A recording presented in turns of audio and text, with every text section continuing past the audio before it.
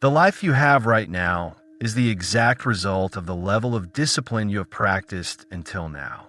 Not bad luck, not unfair circumstances, not the absence of opportunity or talent or the right connections. The level of discipline you have practiced. And that truth is uncomfortable, genuinely uncomfortable, because it removes every excuse that feels so reasonable when you're living inside it. But it is also the most liberating thing you will ever hear. Because if discipline produced this, discipline can produce something different. And discipline, unlike luck, unlike talent, unlike being born into the right circumstances, is something you can choose. Starting today. Not when you feel ready, not when the conditions improve, not when the motivation finally arrives and stays long enough to actually change something. Today, because here is what the people who are building something real understand that the people who are still waiting do not. Motivation is a visitor. It shows up when it wants, stays as long as it feels like staying, and leaves without asking whether you are finished with it. You cannot build a life on a visitor. You can only build a life on something that is there every day, regardless of how you feel, regardless of what the circumstances look like, regardless of whether anyone is watching or applauding or even noticing. That something is discipline. And James Allen understood this with a clarity that cuts through a century of distance and still lands exactly where it needs to. He wrote that the man who does not shrink from self-crucifixion can never fail to accomplish the object upon which his heart is set. He was not being poetic. He was being precise. The object of your heart will cost you something that feels like pain. The question is whether you are willing to pay it. Now let's talk about the biggest misunderstanding most people have about discipline. They think it is a restriction. They think it is a cage, a set of rules imposed from the outside that limits what you can do and how you can live, that takes options away from you in exchange for some distant future reward that may or may not materialize. From that picture, avoiding discipline looks like freedom. Why would you voluntarily limit yourself? But that picture is exactly backwards. And the people who have spent years living inside it, who have been choosing comfort over commitment and calling it freedom, are the ones who eventually discover that they are not free at all. They are slaves, not to a tyrant, not to a system, not to anything external, to themselves, to their impulses, their moods, their cravings, their fears, their habits of avoidance that have been practiced so long they feel like personality. The man who cannot wake up when he decides to wake up because his body wants more sleep is not free. He is governed by his body. The man who cannot stay focused on what matters because every distraction pulls his attention away without resistance is not free. He is governed by his environment. The man who cannot keep the commitments he makes to himself because the feeling of the moment is always stronger than the decision of the day before is not free. He is governed by his feelings. And a man governed by his body, his environment, and his feelings has no real power over the direction of his life. He is moved by whatever pushes hardest.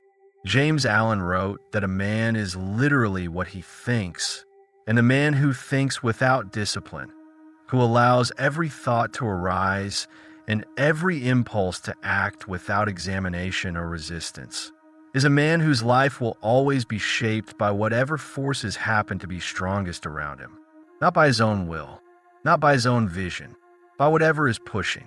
Now think about the opposite, the man who governs himself, who wakes up when he decided to wake up, not because it is easy, but because he said he would, who keeps his attention on what matters, not because distractions do not exist, but because he has practiced the discipline of returning to what is important, who keeps the commitments he makes to himself, not because he always feels like it, but because the commitment is not contingent on the feeling. That man is free, not in the shallow sense of doing whatever he wants in the moment, in the real sense of moving in the direction he chose, building the life he decided to build becoming the person he committed to becoming, without being at the mercy of everything that would pull him somewhere else. James Allen understood this as the deepest form of freedom available to a human being, and it is only available to the disciplined.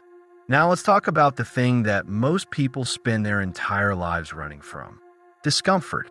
Not the dangerous kind, not the kind that signals genuine harm, but the ordinary discomfort of doing something that is hard, that requires effort, that produces results in the future rather than relief in the present.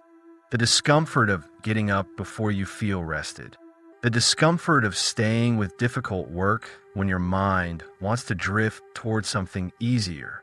The discomfort of saying no to what feels good in the moment because of what you said yes to with your long-term commitment. Most people treat that discomfort as a signal to stop, as evidence that the thing they're doing is wrong or too hard or not meant for them. And so they stop, and the discomfort disappears, and they feel relief. And that relief, that immediate comfort of having avoided the difficulty, feels like the right outcome. But it is not. It is the most expensive outcome available. Because every time you stop at the discomfort, you are training yourself to stop at discomfort. Every time you retreat from the hard thing, you are reinforcing the habit of retreating.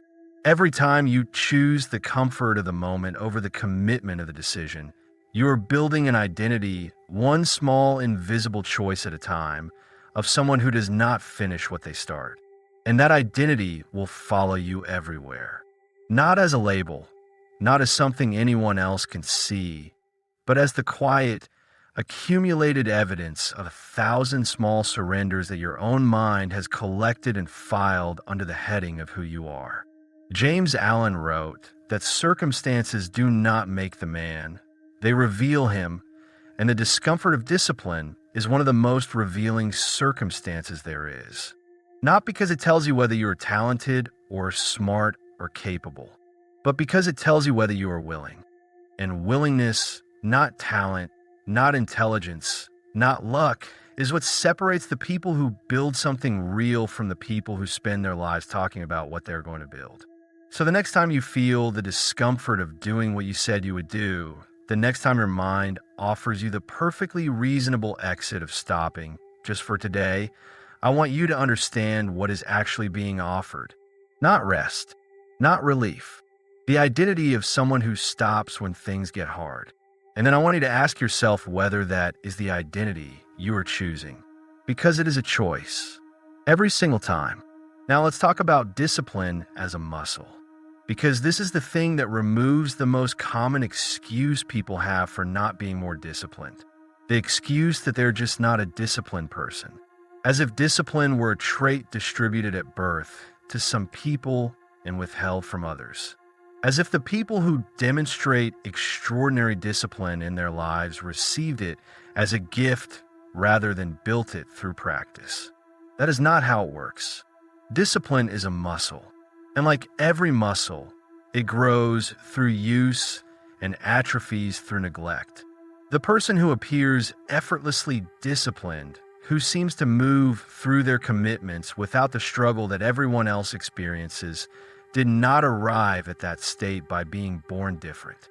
They arrived there by practicing discipline when it was hard for long enough that it became easier, and then practicing more until it became natural, and then more until it became who they are. The first time you wake up at the time you decided to wake up, when everything in you wants to stay in bed, it is a genuine battle. The 10th time, it is still difficult, but you know you can win it because you have already won it 9 times. The 100th time, it is not easy, but it is familiar. The 1,000th time, it is simply what you do. Not because the desire for comfort disappeared, but because you have practiced overriding it so many times that the override has become the default. That is what building the discipline muscle looks like. Not a dramatic transformation, not a sudden shift from undisciplined to disciplined. 1,000 small victories, each one building on the last, each one adding to the evidence your own mind is collecting about who you are. James Allen wrote that the strength of effort is the measure of the result, and the effort of discipline, applied consistently over time, produces a kind of internal strength that no single effort, however dramatic, can create. There was a man named David. He was not naturally disciplined. By his own account, he had spent years starting things and not finishing them, committing to routines that dissolved within weeks, making promises to himself that felt real in the moment and meaningless in practice. He had tried to become more disciplined through willpower, through motivation, through finding the right system or the right accountability partner or the right external pressure to force the behavior he wanted. None of it had lasted, because he was trying to add discipline from the outside rather than building it from the inside. One day, he made a decision that was smaller than any of the decisions he had made before. He decided that he would do one thing every day, just one, that he had decided to do regardless of how he felt about doing it. Not a comprehensive program, not a complete life overhaul. One thing, and he did it. Not perfectly, not without struggle, not without days where he barely managed the minimum version of the commitment, but consistently for long enough that something shifted. Not his circumstances, not the external conditions of his life. His relationship with his own word. He had started to become someone who kept commitments. And from that foundation, everything else that James Allen had always pointed towards started to become possible. Because the man who can trust himself is the man who can build anything. Let me ask you something directly, and I want you to answer it honestly, not the comfortable version of honest, but the real version. What is the discomfort you have been avoiding?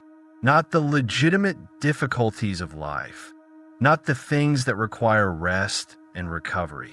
The specific discomfort you keep retreating from because in a moment the relief of stopping feels better than the discomfort of continuing.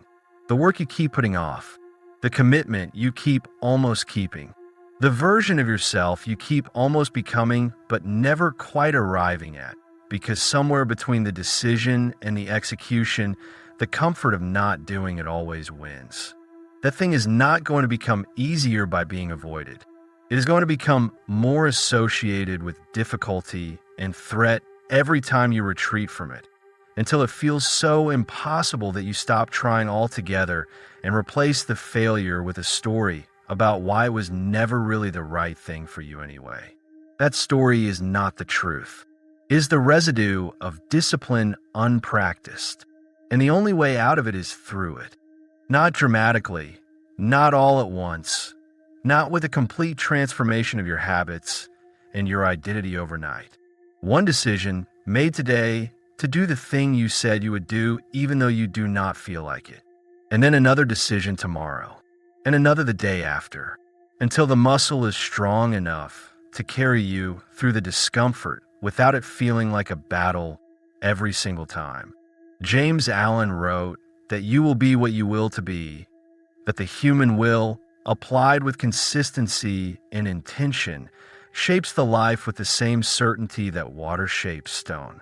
Not dramatically, not all at once, but inevitably. And the will, directed through discipline, daily practiced, in ordinary invisible moments that nobody applauds, is the most powerful force available to you. More powerful than talent, more powerful than luck, more powerful than being born into the right circumstances or knowing the right people or having the right resources. Because all of those things can be taken away. The discipline you have built into your identity cannot. It is yours, and it is waiting for you to use it. Not tomorrow, not when you feel ready. Now, if this video moved something in you, if something you heard today made you stop and think, like the video, share it with someone who needs to hear this, and subscribe to the channel. There's so much more to explore together. See you in the next one.